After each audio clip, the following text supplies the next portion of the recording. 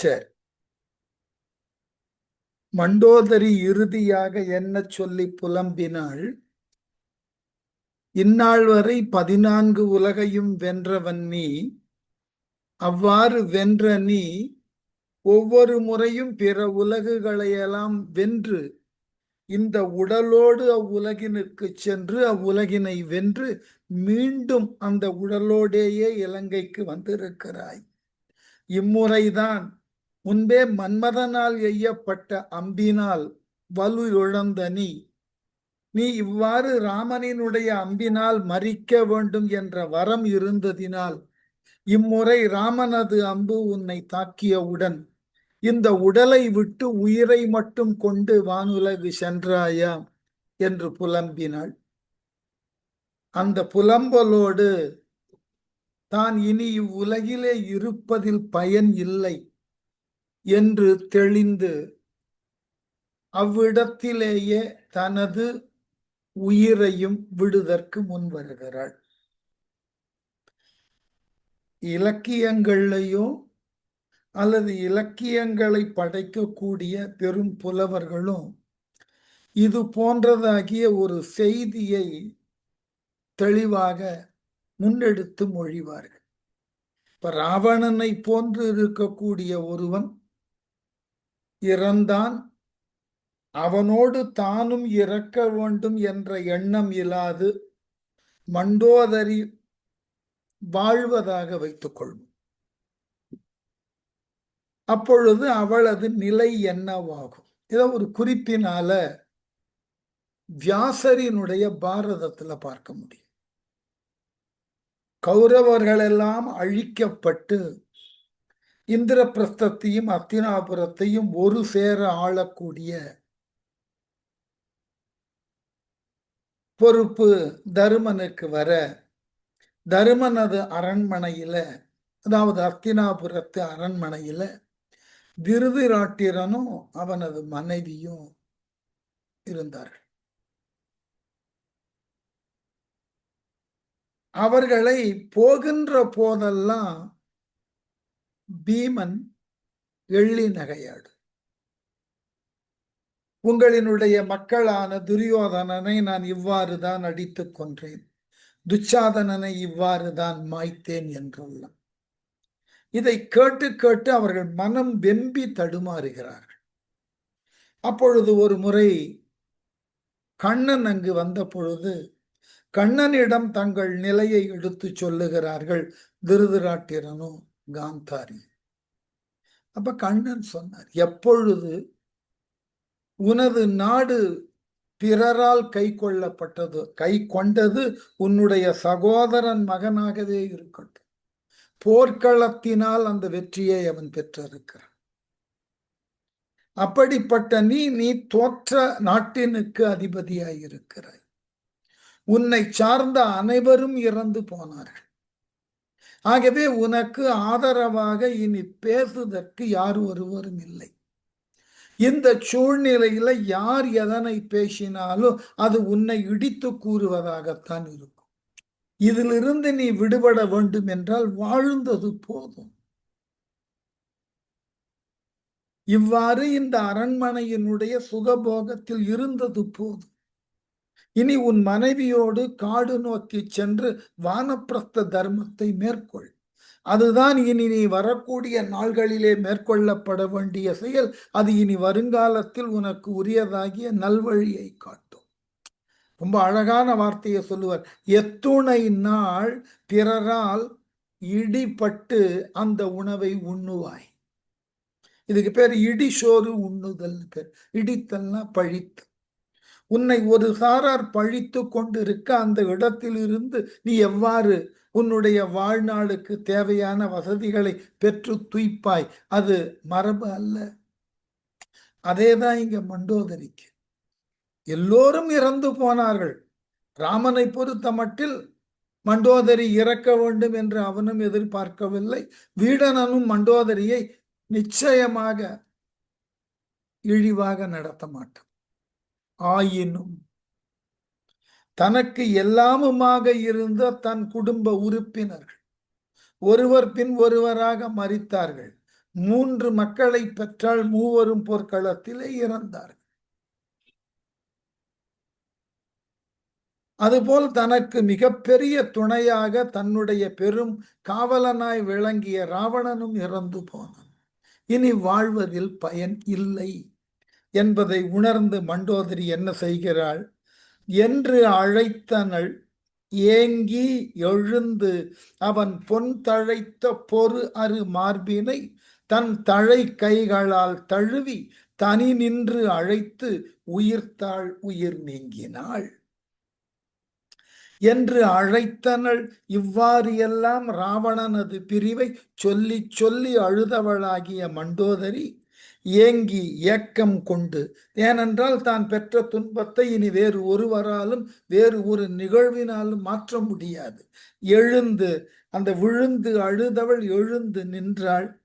அவன் அந்த ராவணனினது இறந்த உடலின் மீது பொன் தழைத்த பொன் அணிகளினால் அலங்கரிக்கப்பட்ட அவனது மார்பிலே பொறு அரு மார்பினை ஒப்பு சொல்ல முடியாத இணையில்லாத அந்த வீர மார்பிலே என்ன செய்தாளாம்? தன் தழை கைகளால் தழுவி, தன்னுடைய தளிர் போன்ற கைகளினால் இறுதியாக ஒரு முறை தழுவினாள். தழுவி தனி நின்று, அப்படியே என்ன செய்வது என்று தெரியாமல் தனித்து விடப்பட்டவளாய் அந்த இறந்த உடலை பார்த்து நின்றாள். அழைத்து உயிர்த்தாள். தன் கணவனை தலைவனே ஐயனே என்று சொல்லி பெருங்குரல் எடுத்து அழைத்தாள். அழைத்த பொழுது அவள் மேல் நோக்கி எழுந்த அந்த மூச்சு நின்றது. நீங்கினாள் உயிர். தன் உயிரை அதனோடையே விட்டாள். ஒரு பெரும் குரல் எடுத்து அழைத்தாள். அழைத்த வேகத்தில் எழுந்த மூச்சு அடங்கிற்று. இறந்தவளாய் அந்த உடலின் மீதே விழுந்து தனது ஆயுளை முடித்து கொண்டாள். வானமங்கையர் விஞ்சையர் மற்றும் அத்தான மங்கையரும் தவப்பாலவர் ஆன மங்கையரும் அரும் கற்புடை மான மங்கையர் தாமும் வழுத்தினார். என்ன அழகான இடம் பாருங்க. மண்டோதரி இவ்வாறு தனது உயிரை விட்ட உடனே 14 உலகில் இருந்தவர்களும் மண்ணுலகில் இருந்த மிக ஒழுக்கச் சீலர்களாக விளங்கிய பெண்கள் அனைவரும் மண்டோதரியின் இந்த செயலுக்காக பாராட்டி வாழ்த்தினார்களாம். வானமங்கையர் தேவ உலக பெண்கள், விஞ்ஞையர் வித்யாதர பெண்கள், மற்றும் அத்தான மங்கையரும். அத்தான மங்கையர்னா ஏனைய பிற தெய்வத்தன்மை வாய்ந்த கிம்புருட கிண்ணற உலகிலே வாழக்கூடிய உயர்ந்த பெண்களும், தவப்பாலவர் ஆன தவத்தின் பக்கத்திலே சென்ற மங்கையரும் என்றால் முனிவர்களினது துணைவியர்களாக விளங்கிய ரிஷி பத்தினிகளும், அரும் கற்புடை மான மங்கையர் தாமும் அரிய கற்பினை கொண்டிருக்கக்கூடிய மானுட மங்கையர்கள் எல்லாருமாக வழுத்தினார். கற்புக்கரசியான மண்டோதரியை பெருமளவிலே பாராட்டி வாழ்த்தினார்கள். பின்னர் வீடனன் பேர் எழில் தம்முனை வன்னி கூவி வரன் முறையால் மறை சொன்ன ஈம விதிமுறையால் தொகுத்து இன்னல் நெஞ்சினோடு இந்தனத்து ஏற்றினான். இறுதிச் சடங்கு எப்படி? பின்னர் மண்டோதரியும் இறந்ததன் பின்னர் வீடனன், ஏனென்றால் இருங்கடனை செய்தற்கு அவன் ஒருவன் தான் இருக்கிறான். வரன் முறையால் அவர்களினது குல வழக்கத்தினுக்கு உட்பட்டு வன்னி கூவி அக்னியை ஆவாகனம் செய்தல்னு அர்த்தம். வன்னினா நெருப்பு, கூவினா வன்னியை அழைத்தல்னு அல்ல, நெருப்பினை உருவாக்கி. வன்னினா நெருப்பு. ஆகவே அந்த தீயினை, காரணம் இதுக்கு பேரு இறுதி கடனுக்காக எழுப்பப்படக்கூடிய தீயது. அந்த தீயினை எழுப்பி மறை சொன்ன வேதங்களால் வகுக்கப்பட்டுள்ள ஈம விதிமுறைகளால் அந்த அரக்கர் குலத்தினுக்கு உரியதாகிய இறுதி சடங்குகளை அதன் அடிப்படையில் தொகுத்து சடங்கு பொருள்களையெல்லாம் ஒன்றாக சேர்த்து இன்னல் நெஞ்சினோடு தன்னுடைய அண்ணனுக்கு தான் இருங்கடன் செய்ய வேண்டிய ஒரு துன்பச் சூழல் ஏற்பட்டதே என்கின்ற கனத்த உள்ளத்தோடு, துன்பம் மிகுந்த மனத்தோடு பேர் எழில் தம்முனை பேர் அழகினாகிய தம்முனை பிறந்த அண்ணனாகிய ராவணனை இந்தனத்து ஏற்றினான் ஈம விறகின் மேல். அதாவது இந்தனம்னு சொன்னா இறுதி சடங்குக்காக அடுக்கப்பட்டிருக்கக்கூடிய விறகுன்னு பேர். விறகுகளை முறையாக அடுக்கி ஒரு மேடை போல செய்திருப்பார்கள். அதன் மீது இறந்தவர் உடலை வைத்து அதன் மேலும் விறகினை வைத்து தீ மூட்டுதல் மரபு. இந்தனம் என்றால் இறந்த மனிதனினது உடலை எரிப்பதற்கு விறகினால் அமைக்கப்பட்ட மேடை. இந்தனத்து மேல் ஏற்றி வைத்தான். கடன்கள் செய்து முடித்து கணவனோடு உடைந்து போன மயன் மகளோடு உடன் அடங்க வெங்கனலுக்கு ஆவி ஆக்கினான் குடம் கொள் நீரினும் கண்சோர் குமிழியாம். குடம் கொள் நீரினும் குடம் கொண்ட நீரை விட மிகுதியாக. எல்லோருக்கும் தெரியும், இறந்த அந்த உடலுக்கு இறுதி சடங்கு செய்கின்ற பொழுது 3 முறை சுற்றி வந்து குடம் உடைத்தல்னு பேரு. அதுக்கு பேரு நீர்க்கடன். அந்த குடத்தின் கண் இருந்து வழியக்கூடிய நீரை காட்டிலும் தனது கண்களில் இருந்து மிகுதியான நீரை சிந்திய அளவிலே அந்த இந்தனத்தை சுற்றி வந்த வீடனன் கண்சோர் குமிழியான் குமிழியிட்டு கண்ணீரை கொட்டும் வீடனன் கடன்கள் செய்து முடித்து இறுதி கடன்களையெல்லாம் முறையாக செய்து முடித்த பின் கணவனோடு உடைந்து போன தன் கணவன் இறந்த பின் அவனோடு மனது உடைந்து உடனாய் இறந்து போன மயன் மகளோடு உடன் மயனின் மகளாகிய மண்டோதரியுடன் அடங்க அந்த ராவணனது உடலும் சேர்ந்து மண்டோதரியின் உடலோடு தீயினால் எரிக்கப்பட வெங்கனலுக்கு கொடுமையான தீக்கு அவி ஆக்கினான் உணவாக்கினான். இருவரையும் தகன மேடையில வைத்து தீயினை மூட்டி அவர்களது இருவரது உடலையும் தகனம் செய்வித்தான் வீடனன். அதுக்கப்புறம் அந்த போர்க்களத்துல இறந்து போன எல்லா சுற்றத்திற்கும் நம்ம மரபை ஒண்ணு தெரிஞ்சுக்கணும். நம்ம மரபினுடைய அடிப்படையை பார்த்தீர்கள் என்றால் இந்த தென்புலத்தோர்னு சொல்லக்கூடிய முன்னோர்கள் இருக்கிறார்கள் அல்லவா, வாழ்ந்து இறந்தவர்கள், அவர்களை நாம எல்லா காலத்திலும் நினைவு வைத்துக் கொள்ள வேண்டும். நம்ம நினைவினுக்கு உட்பட்டு 3 தலைமுறையினருக்கு மட்டும் நீர்க்கடன் செய்வோம்.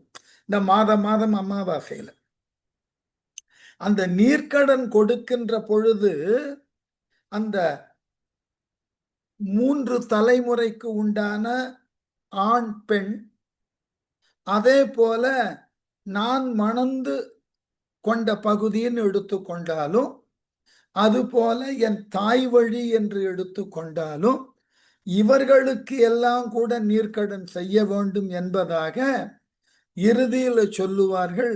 இந்த கோத்திரத்து உதித்த வாழ்ந்த முன்னோர்கள் அனைவருக்குமான நீர்க்கடனாக இது செய்யப்படுகிறதுன்னு 3 முறை சொல்லுவார்கள். தெரிந்து சொல்லக்கூடிய தலைமுறைகள் 3, அதற்கு முன்பு இருந்த தலைமுறைகளினது பெயர்கள் தெரியாது. ஆகவே அந்த கோத்திரத்தை முன்மொழிந்து அந்த கோத்திரத்திலே தோன்றின முன்னோர்கள் அனைவருக்குமாக ஒரு மந்திரத்தை சொல்லி வாழ்த்தி விடுவார்கள். அப்போ இந்த முன்னோர்களுக்கு இருங்கடன் செய்தல்னு ஒரு வழக்கம். இது ஒன்று. மற்றொன்று அதிர்ச்சியான விஷயத்தை சொல்றேன். இது மாதம் செய்யக்கூடிய நீர்க்கடன் முறை. ஆண்டினுக்கு ஒரு முறை இப்ப என்னுடைய தந்தைக்கு நான் ஆண்டினுக்கு ஒரு முறை உரிய திதியை செய்கிறேன் அல்லவா, அந்த திதியினை சார்ந்த மந்திரத்துல என் தந்தை, அவரது தந்தை, அவருக்கு மேலானவர்கள் எல்லாரையும் சொல்லிட்டு மற்றும் இந்த குடும்பத்துல வாரிசுகளாக உருவானதற்கு யாரெல்லாம் காரண கர்த்தாக்களாக இருந்தார்களோ யாரெல்லாம் சொல்ல மாட்டார்கள். அவர்களுக்கும் இந்த இருங்கடன். அதே போல ஆண்டினுக்கு ஒரு முறை பூணூலை மாற்றுவதற்கு உண்டான விழா வரும் இல்லையா, ஆவணி அவிட்டம். அதுல பிதுர்களுக்கு யஜ்யம் கொடுக்கக்கூடிய ஒரு வகைமுறை வரும். அதுல நம்முடைய முன்னோர்கள் மட்டுமன்றி யாரெல்லாம் இந்த கோத்திரத்தினுக்கு இந்த குலத்தினுக்கு உரியதாகிய வாரிசுகளை கொடுத்து உதவினார்கள், அவன் யாரா வேணாலும் இருக்கலாம், அவர்களுக்குமாக நான் இந்த இருங்கடன் செய்கிறேன். என்ன காரணம்னா, ஒரு குலம் தொன்று தொட்டு இன்று வரைக்கும் செழிப்போடு இருக்கிறது என்று சொன்னால் அதுவே பெரியதாகியதோர் சிறப்பு. அப்படிப்பட்ட அந்த சிறப்பினை அந்த குலமோ அந்த கோத்திரத்திற்கு உரியவர்களோ தொடர்ந்து பெற்று வருகிறார்கள் என்றால் அதற்கு யாரெல்லாம் காரணமானவர்களாக இருந்தார்களோ ஒரு கேள்விக்குறி. அவர்கள் அனைவருக்குமாக நான் இருங்கடனை செய்கிறேன்னு மந்திரத்தை முடிப்பார்கள். அது போல வீடனன்